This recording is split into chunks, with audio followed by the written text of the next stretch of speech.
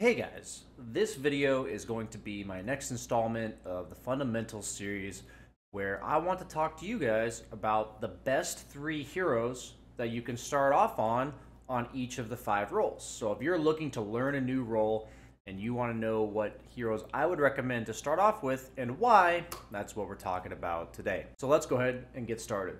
Banana slam jam.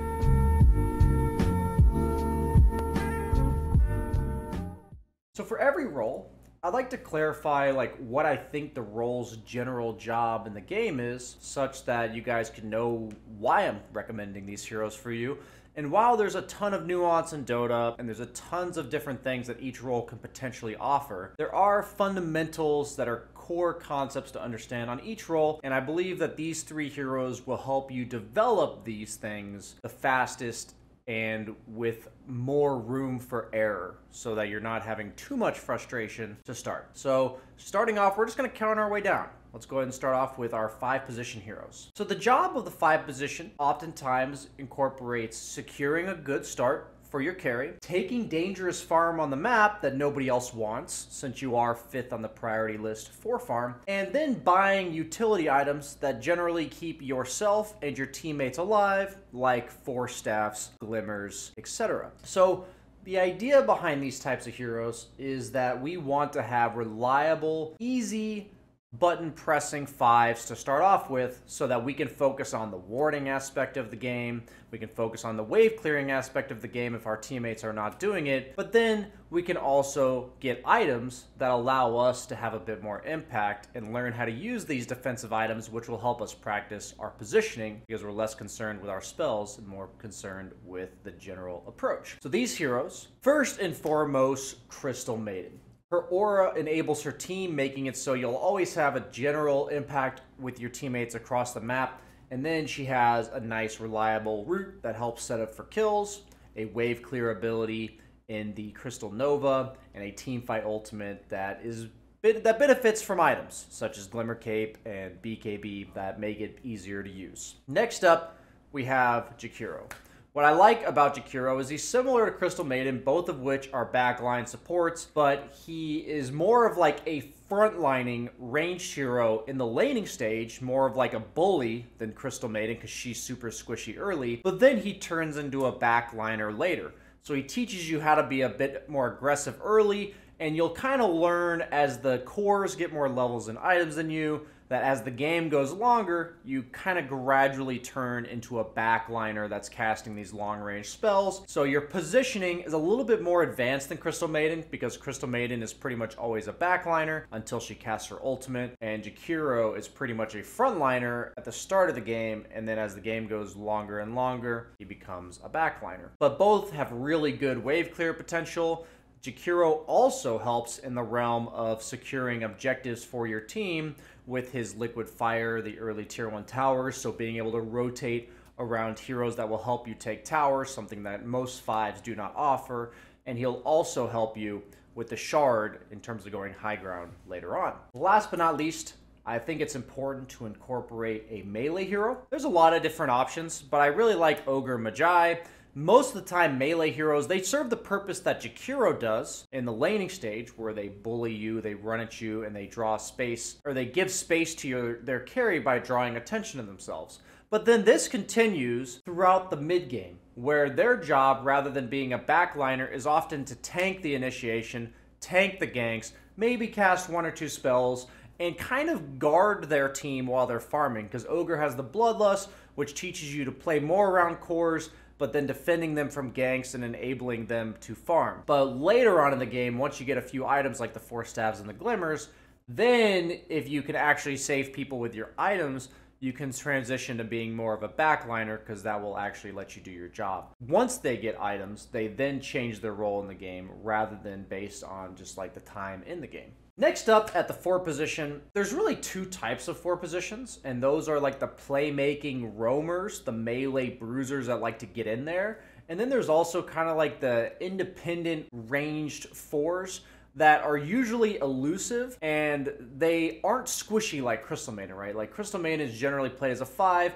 because she likes to sit behind her teammates, while these ranged fours are often heroes that like to be hiding in trees while they farm. They can have escape abilities like Hoodwink and Marana. And that kind of brings me to my first suggestion, which is Hoodwink. I think she's a really versatile four that can play elusive when farming, but she can also set up kills with her teammates. She doesn't mind moving around the map. And she's a 4 that gives you the ability to clear waves and itemize to be a carry if your team is lacking damage or you just don't necessarily trust your teammates with items like Maelstrom. But then she can also itemize to lock people down and also just be a utility spellcaster with items like Ether Lens and Glimmer and Force Staff and the usual. But the other type that generally people think of more as 4 positions, being the melee guys, my first recommendation is Tusk, because he is a hero that likes to move around the map early, but he has kind of like the built-in mobility with the snowball, so he doesn't have to sit around and farm a blink. He can kind of buy a bunch of different items depending on what his team's needs. He can go damage items, he can go drums, he can go blink himself, he can go Ag Scepter. But the big part about Tusk is that he's kind of a consistent, low cooldown, doesn't need any items to do his job in the game,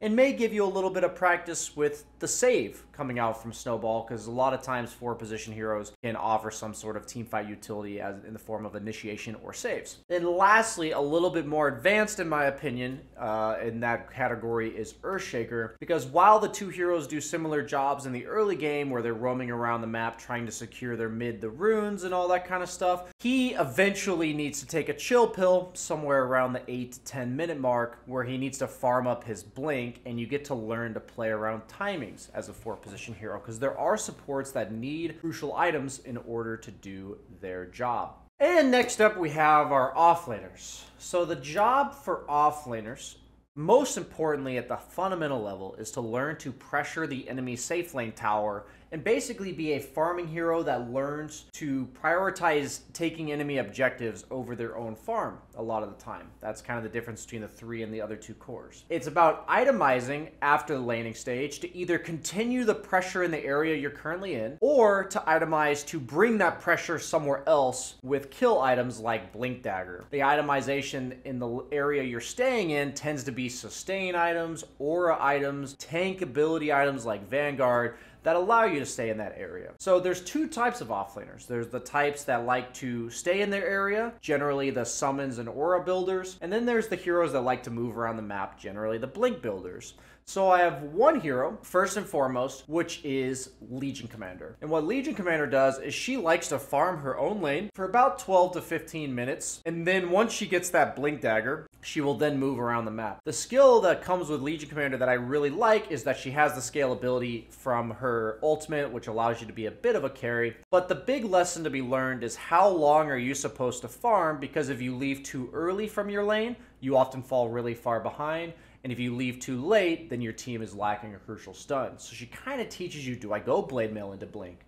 Do I go straight Phase Boots into Blink? How many items do I buy to pressure the enemy tower, but then transition into that Blink Dagger hero? Next up, even if a lot of you don't necessarily like the summons and micro heroes, I do believe having one in your kit is really important. And my recommendation is Lycan. And what I like so much about Lycan is that he doesn't have a stun or anything, so his job in the game is pretty straightforward. He has an ultimate that he uses to exert power on the map, but generally speaking, whatever lane you started in, if it's the top lane or the bottom lane, you spend the majority of your game forcing pressure on that tower, forcing reactions to you. If it's only one hero, you kill them with your ultimate. If it's more than one hero, you'll generally back off, wait for them to leave, and then continue that pressure. And Lycan makes it pretty straightforward because your job pretty much is to stay in the same lane and continuously exert pressure. So you don't have to think as much about rotating around the map, but just building those aura items, learning to micro your units, and playing the same area,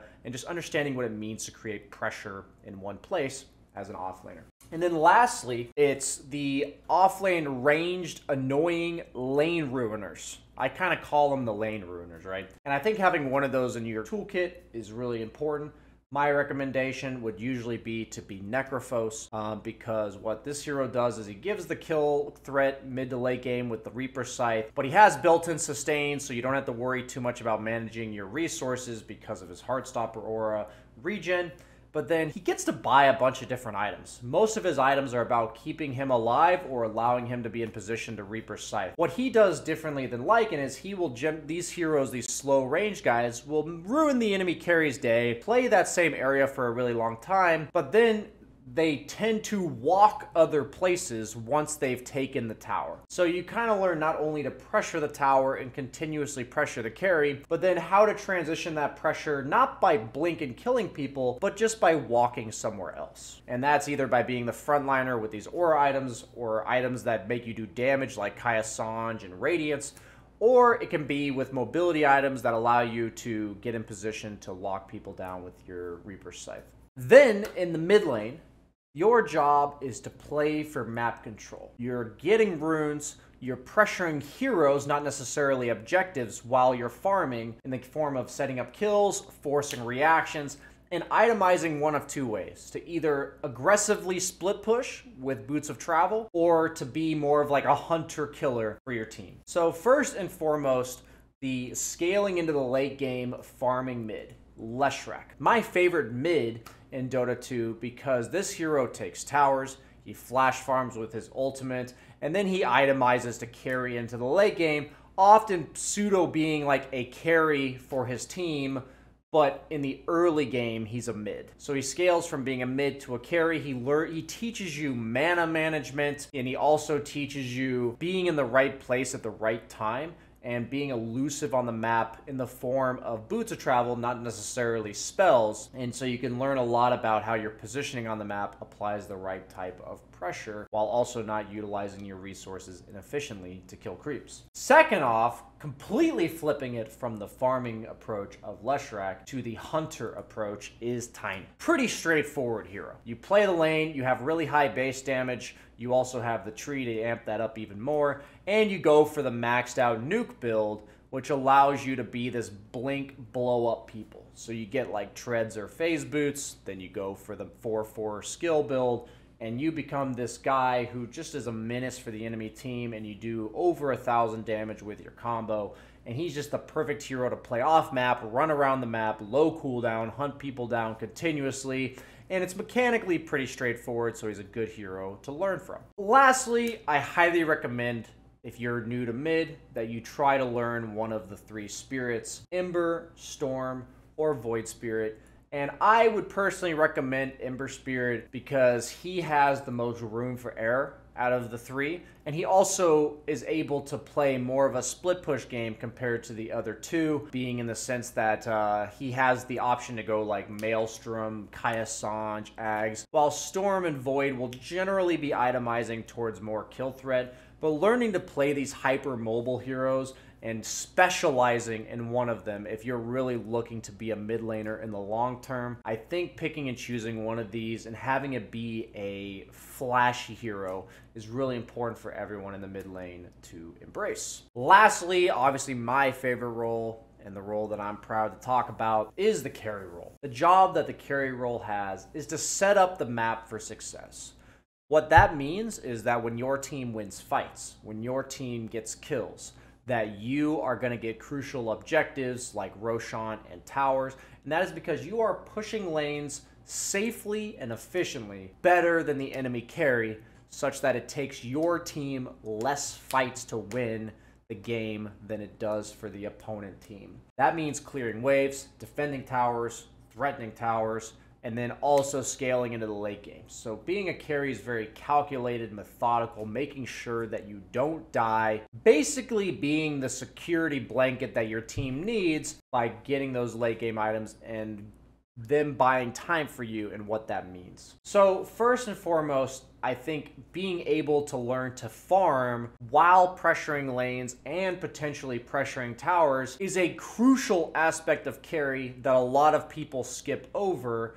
And even though there's a lot of fun carries out there that don't do these things, understanding that every hero can do these things to some degree and understanding how impactful it is to do these things on heroes that kind of do it innately, I think is a super important part of carry and how everyone should start off. So first and foremost is Wraith King. So his skeletons are what pressure the towers for him, and you can learn to summon them in a way where they will run down lanes and take farm that your hero doesn't feel safe enough to farm. But what I like about Wraith King is not only does he have this natural tower pressure and lane pressure built in, but he teaches you to consistently be farming. Because if you run out of skeletons and you stop farming, it's hard to get them going again. He has this like snowball effect of like, you got to make sure you're keeping up with your farm at all times. And then at the same time, he has built-in sustain, so you don't necessarily need to be the best at resource management. And he also has a get out of jail free card with his ultimate, so you have a little bit of leeway when it comes to your positioning. And you can focus less on the mechanics and more about the map movements. And the pressure kind of does it for you, right? The skeletons kind of do your job for you. But you can still feel the impact that they have in the game. Next up is Luna. So the thing about Luna that's different from Wraith King is that she's much squishier. So you have to play a little bit safer on the map. But her farming is also a bit more straightforward. Her glaives are the most straightforward farming spell in the game. They automatically make you farm fast, and you can buy straight stat items, maybe a Mask of Madness, and you'll learn the value of farming very quickly. But you also have to learn a bit about positioning and making sure that you're aware of ganks and being careful until you have the survivability items, because Wraith King has a lot of built-in survivability, while Luna has to itemize to have it. So what Luna offers for you is a hero that enables her team a little bit with her aura for taking towers and them having extra damage on the map, but she's mainly about learning to do that lane pushing and jungling. But the lane pushing and jungling is kind of automatic. It does it for you with your abilities, but you have to be safe while doing so. And she also has a nice teamfight ultimate to play around, which is a nice baseline timing to play around, because it's not it's not like game changing that she has Eclipse.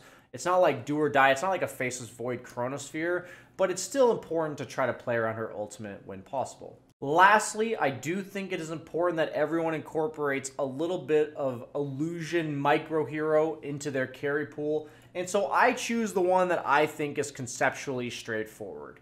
And the reason why I choose Terra Blade is because his illusions do a lot of damage. So you can kind of send them off one by themselves, and the illusion will basically do the job of your hero later on in the game when it comes to pushing lanes. But what is so important about illusion heroes is that they can push multiple lanes at once, and they can also push lanes where the only reason you wouldn't push them on other heroes is because you don't feel safe putting your hero there. So once you've kind of learned what parts of the map feel safe for you and why when you're playing Wraith King and Luna, then you can think, well, if these heroes don't feel safe to go to this lane in this scenario, illusion heroes can send their illusions to go do that job. And what I like about Terra Blade is that he is the most raid boss of all the illusion heroes, where a lot of the illusion heroes tend to be elusive on the map, but then they also send illusions at you in team fights. Terra Blade is an illusion hero on the map where he's sending his illusions by themselves to split push, but in the fight, it's all about his main hero. He's metamorphed, and he's also this tanky brute that serves as like a game ender, frontliner, and base sieger for his team.